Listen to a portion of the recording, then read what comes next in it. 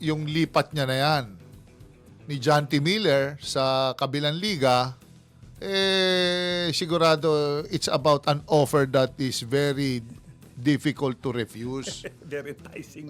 Enticing, inviting, lahat ng ting. Lahat ng Pare, ting, oo. Ano yun pare, di ba? Bakit ka lilipat naman sa abonado ka pa? Di ba? Pare, may lumipat naman player na, di ba? Nilumipat ba siya pa nagbayad? Isa pa nagbayad. Siyempre, maganda yung lipat. Di ba? Maganda yung lipat.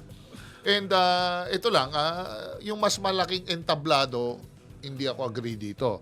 Mas malaking entablado NCAA. Hindi naman, hindi kasi pare, bakit ka ba na scout dyan? It's because bigger stage yung NCAA. Kaso, kung kahit yung titignan mo pare, ang daming players sa NCAA na pumapayagpag ba? Tawag, namamayagpag, bumabandera sa PBA. Dahil grabe ang laban sa NCAA dahil nga exposure sa mga foreign student athletes. Well, mabalik tayo